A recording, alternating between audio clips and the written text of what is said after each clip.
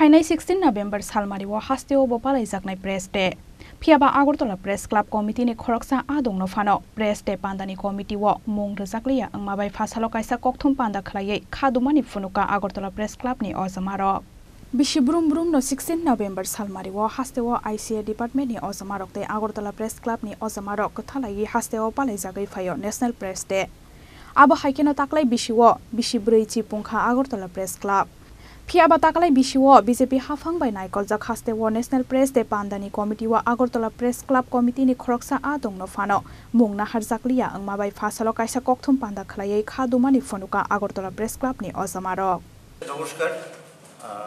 সবাইকে এখানে আসার জন্য ধন্যবাদ জানাচ্ছি খুবই জরুরি একটা বিষয়ে আমাদের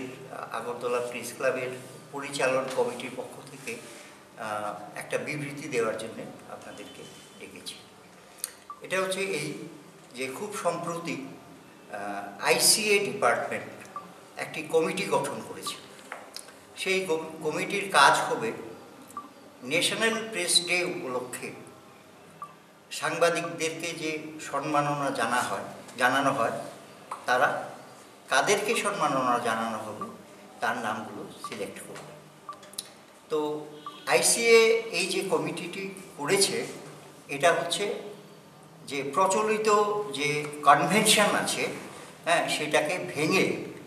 তারা এবার নতুন করে এই কমিটি গঠন করেছে আমাদের প্রেস ক্লাবের 40 বছর পূর্তি হয়েছে এবং মানে প্রেস ক্লাবের জন্মলগ্ন থেকে যখন থেকে এই ন্যাশনাল প্রেস ডে উপলক্ষে সাংবাদিকদেরকে সম্মাননা জানানো হয় সেটা প্রেস ক্লাব ওই সাংবাদিকদের নামগুলো ঠিক করে এবং আইসিএ দপ্তরের সহযোগিতায় একটি অনুষ্ঠান করে সাংবাদিকদেরকে সম্মাননা জানানো হয়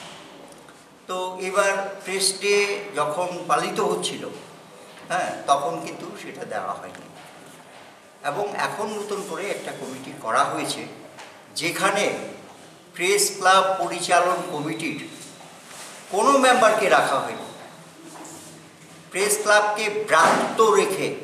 তারা এই কমিটি গঠন করেছে যেটা কনভেনশন বিরোধী আমরা এর তীব্র প্রতিবাদ করি এবং আমরা দাবি জানাচ্ছি যে অবিলম্বে সেই কমিটি যাতে বাতিল করা হয় এবং পূর্বে কনভেনশন অনুযায়ী যেভাবে সাংবাদিকদেরকে সম্মাননা জানানো হতো সেই প্রথা ফিরিয়ে আনা হয় এবং সেটা যদি না করা হয় তাহলে আমরা আন্দোলন করতে বাধ্য হব আমাদের সমস্ত সাংবাদিকরা এখানে সংগঠিত এবং কেউ এতে পিছপা হবে না আমি আপনাদেরকে আরেকটা কথা বলতে চাই যে কয়েকজন শীর্ষ আমলা এবং একটা ভেস্টেড ইন্টারেস্ট গ্রুপ মিলে এসব করছে তারা একটা ষড়যন্ত্র করছে এবং সেই ষড়যন্ত্রের ফসল হচ্ছে এই কমিটি গঠন তো এই কমিটিকে অবিলম্বে বাতিল করতে হবে আর এই যে শীর্ষ আমলা এবং ওই ভেস্টেড ইন্টারেস্ট গ্রুপ প্রতি মুহূর্তে রাজ্যের মাননীয় মুখ্যমন্ত্রী ডক্টর প্রফেসর মানিক সাহার নাম ভাড়িয়ে চলেছে কিন্তু আমরা আমাদের প্রিয়